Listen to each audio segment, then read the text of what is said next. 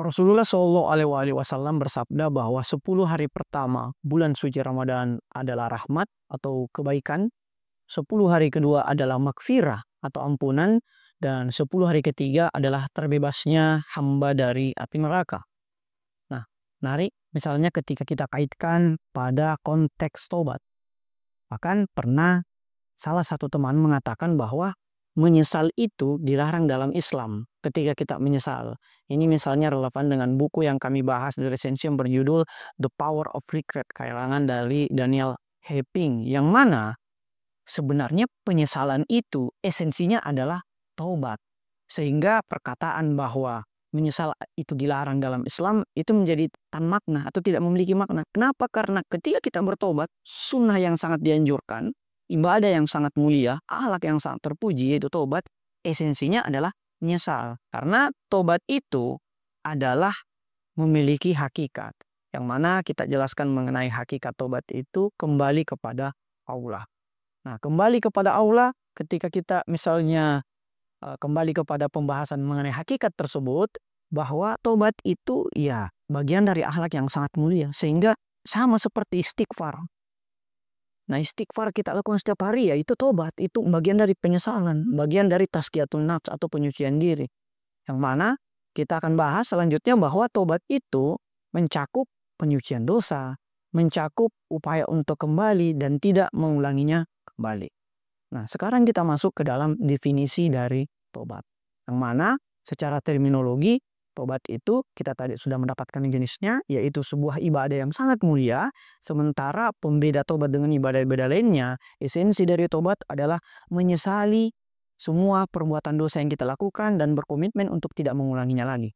Maka definisi tobat secara terminologis adalah ibadah untuk menyesali perbuatan dosa dan tidak mengulanginya lagi. Sementara secara etimologi, tobat itu berasal dari bahasa Arab tentunya, yaitu ta'aba yatabu, yang artinya kembali. Sehingga misalnya ada hadis qudsi yang berbunyi bahwa ketika hamba itu taubat, maka itu lebih diinginkan oleh Tuhan lebih dari ketika seorang musafir kehilangan untanya di padang pasir dan unta tersebut kembali. Dalam artian ketika misalnya musafir kehilangan unta di padang pasir dan akhirnya unta itu kembali kepada seorang musafir tersebut, maka Tuhan lebih senang dibandingkan musafir tersebut ketika seorang hambanya itu kembali atau bertobat.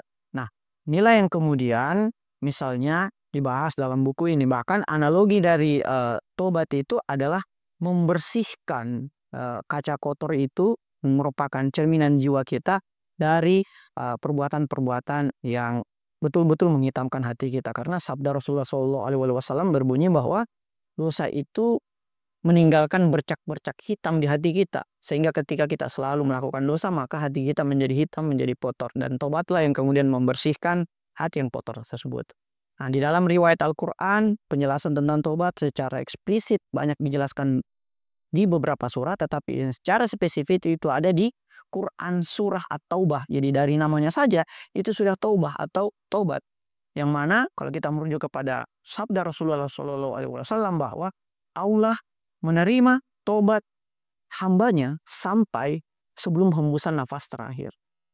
Jadi ketika kita masih hidup, selama nyawa masih di kandung badan, selama itu pula kita masih berkesempatan untuk tobat. Tetapi paradoksnya adalah kita tidak tahu kapan kita meninggal.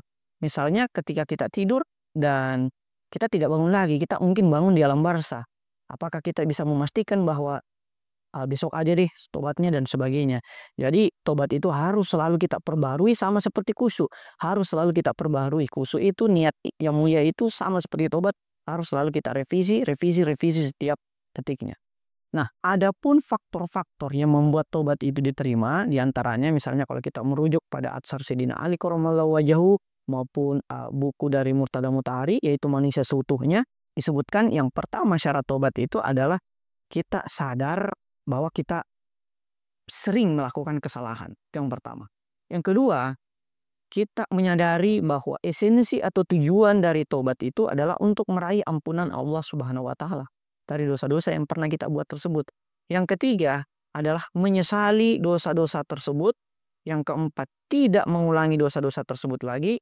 Dan yang kelima adalah mengganti perbuatan buruk kita di masa lalu menjadi perbuatan baik atau amal saleh. Bahkan yang lebih lengkapnya misalnya Sayyidina Ali karramallahu wajahu menambahkan bahwa kita harus menguruskan badan-badan kita yang di dalamnya pernah kita berikan konsumsi dari sesuatu yang haram. Nah, selanjutnya Hussein Ansarian juga menjelaskan tentang hubungan tobat dengan yang kita lakukan setiap hari, misalnya amalan-amalan yang lain.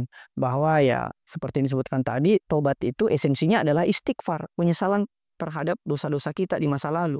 Yang mana tobat itu secara oposisi biner bisa kita maknai sebagai misalnya tobat itu kembali kepada Tuhan, sementara amalan yang berupaya menjauh dari Tuhan itu disebut sebagai kafara atau kafir. Itu menentang segala perbuatan Tuhan atau menjauh dari Tuhan itu tersebut. Nah, yang mana ketika kita misalnya memaparkan misalnya amalan-amalan mengenai yang kita lakukan setiap hari, kita bisa membagi antara tobat yang betul-betul nasuha yang disebut dalam Al-Quran ataupun tobat insani atau tobat yang ya biasa kita lakukan setiap hari tapi besoknya dosanya kita lakukan lagi begitu. Jadi itu belum disebut sebagai tobat yang sejati karena tobat yang sejati itu berarti tidak mengulangi perbuatan tersebut lagi. Nah, tobat bisa dilihat dari seorang manusia itu melalui tanda-tanda perbuatannya. Yang mana ketika kita melihat bahwa orang betul-betul bertobat bukan hanya karena dia ikut pengajian hijrah, bukan berarti yang ikut pengajian hijrah itu tidak tobat. Tetapi tobat itu merupakan internalisasi dalam diri yang bukan tampakan luar semata. Misalnya pengucapan syahadat bagi yang mualaf atau yang baru login. Itu belum pada makna tobat yang sesungguhnya. Karena makna tobat sesungguhnya itu dapat dilihat dari tanda-tanda perbuatan atau amalan yang dilakukan oleh seorang muslim tersebut. Yaitu pertama ada perubahan batiniah dari gelap menuju cahaya. Itu hijrah yang sesungguhnya bukan pada tampilan visual saja, tapi pada tampilan perbuatan-perbuatan batiniahnya. Yang kedua, meningkatnya kesadaran spiritual dan moral. Ia kemudian selalu ingat terhadap kematian, sehingga ia membuat terhindarkan dari setiap dosa. Yang ketiga, intensitas perbuatan baiknya itu semakin bertambah. Misalnya dulu kita melihat dia selalu menyia-nyiakan waktu, ia kemudian mengganti dengan perbuatan-perbuatan baik. Yang keempat, tanda dari orang telah melakukan tobat atau sementara bertobat adalah proses tobatnya itu berlangsung sepanjang hayat, bukan hanya pada satu case tertentu. Oke, saya mualaf, saya logi, saya sudah tobat. Nggak seperti itu karena tobat itu harus dilakukan setiap detik, harus dilakukan lifelong gitu sepanjang hayat. Yang mana ini membawa kita kepada karakter kelima dari tobat. Ketika kita bisa mengidentifikasi orang yang melakukan tobat, yaitu perubahan perilaku dalam lingkungan sosial. Misalnya ia kemudian berpindah dari habit sosial yang satu ke habit sosial yang lain. Ketika kemarin circle-nya adalah let's say orang yang berada dalam lingkungan dark atau gelap, misalnya selalu minum-minum, mau bermain judi dan sebagainya, dia berpindah kepada circle yang lebih baik. Misalnya circle yang fokus kepada mencari rezeki yang halal, di mana setelah bekerja dia kemudian menuntut ilmu dan sebagainya. Itu bisa kita lihat dari perubahan amalan sehari-hari setiap orang. Nah, tobat juga bisa kita bagi ke dalam tobat yang nasuha seperti yang kita jelaskan tadi dan tobat yang biasa atau tobat insani. Yang mana itu bisa dilihat dari karakter seseorang tersebut ketika ia melakukan tobatannya tersebut. Nah, ada tobat yang sifatnya wajib dan ada pula tobat yang sifatnya sunnah. Misalnya tobat yang sifatnya sunnah mungkin ya itu adalah tobat yang kita kembali kepada Tuhan pada sesuatu yang sifatnya mubah. Kalau tobat pada dosa-dosa kecil itu juga tetap wajib ya. Tapi tobat dari sesuatu yang mubah. Kenapa? Karena para wali Allah itu bukan hanya melakukan yang wajib, tetapi dia juga hanya melakukan yang wajib dan sunnah. Sehingga ia meninggalkan yang makruh, yang haram apalagi, yang mubah pun ia tinggalkan dan yang subhat atau sesuatu yang ragu-ragu antara halal dan haram itu juga ia tinggalkan. Nah, selanjutnya penulis buku ini Hussein Ansarian menjelaskan tentang kisah-kisah tobat di dalam Al-Quran. Di dalam buku ini dikutip mengenai kisah tobatnya Nabi Yunus alaihissalam ketika dia, ini karena dia posisinya Nabi ya, berarti Nabi pernah melakukan dosa. Nah, ketika Nabi melakukan hal yang mubah, itu dianggap sesuatu yang padanya ia harus tobat. Contoh kisah Nabi Yunus tadi. Yaitu ketika Nabi Yunus itu marah ketika dia berdakwah tapi tidak didengarkan atau tidak diindahkan oleh umatnya, sehingga dia marah dan kemudian ke lautan dan ia kemudian masuk ke dalam perut ikan paus. Nah, ketika dia bersikir bertobat di dalam perut ikan paus, ia kemudian kembali ke tengah-tengah umatnya dan melanjutkan dakwanya.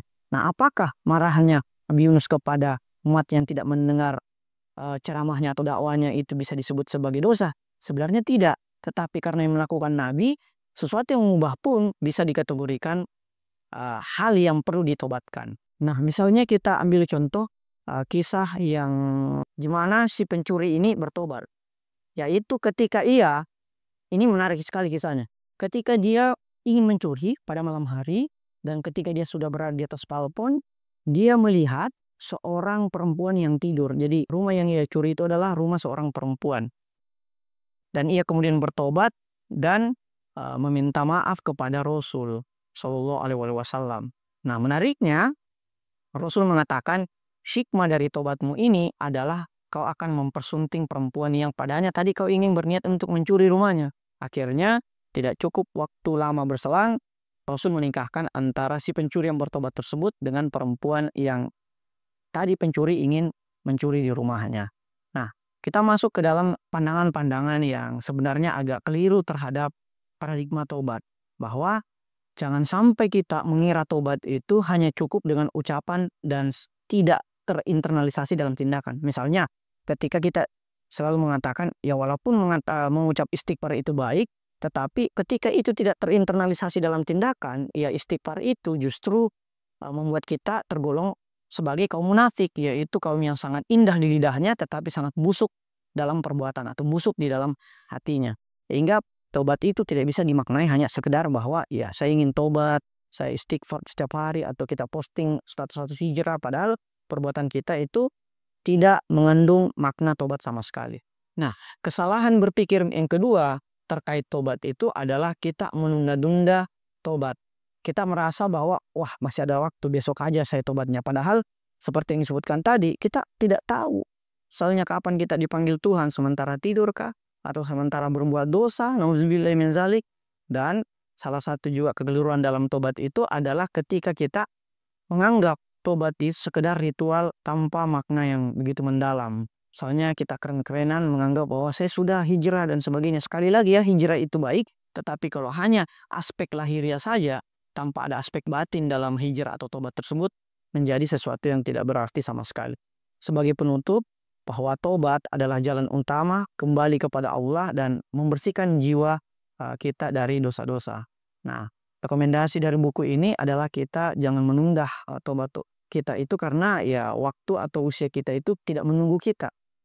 Nah, buku ini membuat kita seperti rasanya ingin kembali ke kampung halaman atau kembali bertobat, karena kampung halaman abadi menurut Jauhardin Rahmat dalam bukunya Madrasah Rohaniyah adalah Allah Subhanahu wa Ta'ala.